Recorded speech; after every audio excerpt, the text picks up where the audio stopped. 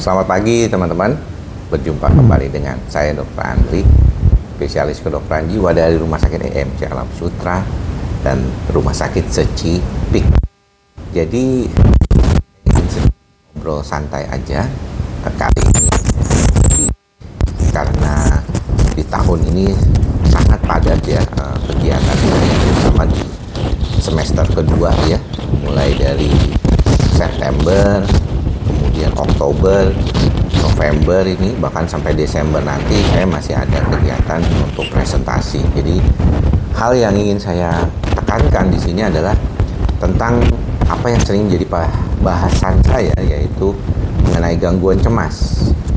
Dan kalau kita melihat kondisi gangguan cemas, sebenarnya ini adalah sesuatu yang banyak dialami ya.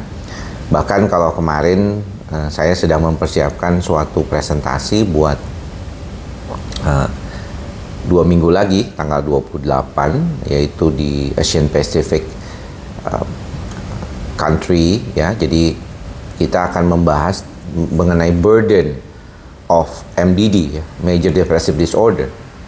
Dan kalau kalian teman-teman tahu bahwa Major Depressive Disorder atau lebih dikenal mungkin dengan istilah depresi, itu nomor 2 menjadi beban dari kondisi kehidupan di Asia Pasifik ya. Nomor satunya apa? Nomor satunya adalah gangguan cemas. Jadi memang gangguan cemas ini adalah suatu keadaan yang lebih dominan terjadi di dalam banyak kasus-kasus keseharian kita di dalam praktek gitu ya. Jadi saya kebetulan memang dari 2010 mempunyai akun YouTube, dan dari situlah saya terus-terusan ya memberikan edukasi terkait dengan gangguan cemas. Nah, ditambah lagi karena pada tahun ini akhirnya setelah dari 2019 saya mulai mengikuti World Association for Stress Related and Anxiety Disorder. Jadi suatu komunitas organisasi di Eropa yang berkaitan dengan gangguan kecemasan. Saya tahun ini menjadi anggotanya ya, diterima karena menjadi anggotanya ternyata bukan sesuatu hal yang mudah ya. Mereka ada requirement-nya. Kalau yang lain kan biasanya lebih gampang ya, tinggal bayar aja gitu. Kalau ini nggak bayar ya, malah nggak bayar, tapi ada syarat-syarat tertentunya ya, pengalaman klinis, apa yang sudah dilakukan selama beberapa tahun gitu ya terkait dengan kondisi ini gitu ya, kondisi gangguan kecemasan dan apa yang sudah kita lakukan. Keberuntungnya saya punya workshop psikosomatik yang setiap tahunnya saya lakukan, kecuali waktu pandemi kemarin ya di Solo ya. Jadi ini setiap tahun akan ada, dan mungkin tahun kedepannya saya juga tetap akan melaksanakannya di Medan juga ya tahun depan tuh, selain di Solo, karena saya mau merata gitu Sumatera juga dan Solo juga, dan salah satunya itu.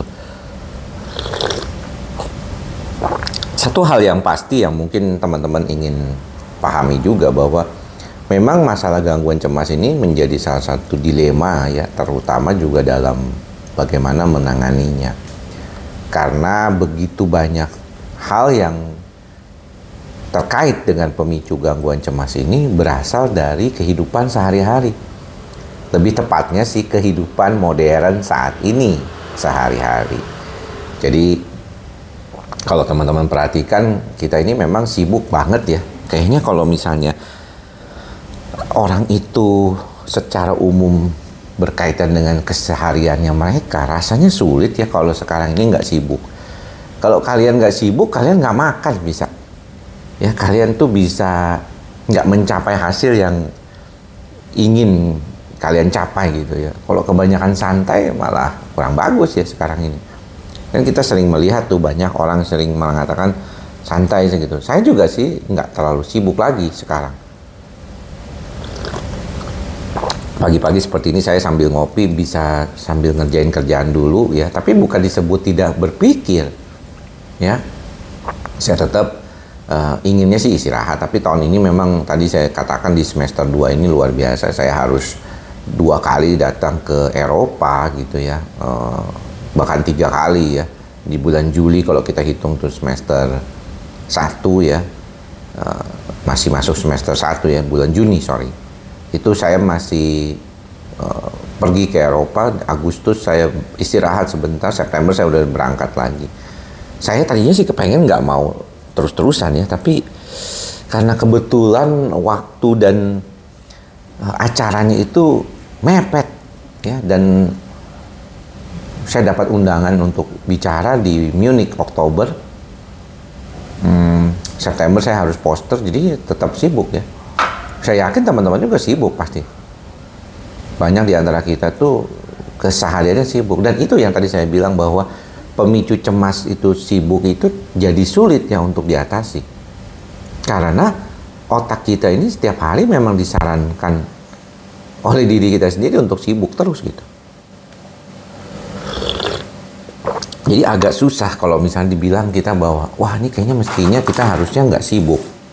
Jadi agak membuat kita kesulitan untuk ketika belajar untuk mengelola. Tapi nggak perlu khawatir, karena bagaimanapun pastinya ada jalan supaya kita bisa membantu diri kita lebih baik.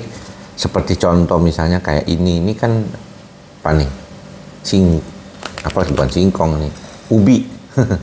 Ini ubi pengganti nasi gitu misalnya. Ya, teman-teman nggak usah makan uduk tiap hari atau nasi bubur pagi-pagi, boleh juga makan ini, kan enak juga ya. Jadi hal-hal seperti ini, alternatif bisa. Kalau misalnya sibuk, apa yang bisa dilakukan?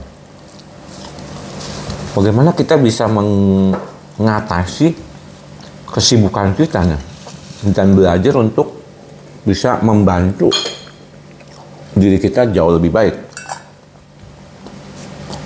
Nah ini tentunya yang susah kadang-kadang kalau nggak diniatkan. Makanya saya suka bilang buat teman-teman, belajar untuk meniatkan diri itu agar jauh lebih stabil itu tidak mudah. Harus belajar bagaimana menentukan apa yang sekiranya bisa membantu diri teman-teman gitu. Pelajari dulu. Dari mana? Dari apa yang kita sudah pernah bicarakan. Cocok nggak sih kalau aku meditasi, dok? Kayaknya gue nggak cocok, dok, kayaknya. Gitu kan, ada pasien yang bilang begitu. Ya nggak apa-apa, kamu bisa melakukan hal yang lain. Contoh, ya relaksasi. Atau melakukan hobi. Kan banyak tuh orang seneng hobi. Misalnya hobi ngulik mobil atau tanaman. Asal dikerjakan secara mindful, konsentrasi, itu bagus juga. Tapi memang banyak yang orang itu pikirannya susah berhenti. Sebenarnya saya juga termasuk salah satunya. Makanya saya bisa relate sama orang-orang yang bilang saya overthinking. Mungkin saya juga dulu overthinking. Terlalu banyak hal-hal atau skema-skema. Nah, untungnya skema-skema hal-hal yang dipikirkan itu rata-rata bersifat positif. Jadi agak berbeda dengan teman-teman yang overthinking, tapi overthinkingnya negatif. Kalau saya banyak yang mau dilakukan, tapi yang rata-rata bernada positif. Ya, cuman tetap aja otak itu ada kebatasannya. Walaupun kita tahu bahwa yang mengaktifkan amigdala kita rata-rata itu adalah emosi negatif. Jadi kalau teman-teman punya emosi negatif, ya jadi begitu deh. Tapi kalau misalnya teman-teman itu punya emosinya lebih positif, berharap mampu untuk menstabilkan kondisinya lebih baik dan akhirnya bisa lebih bagus lagi.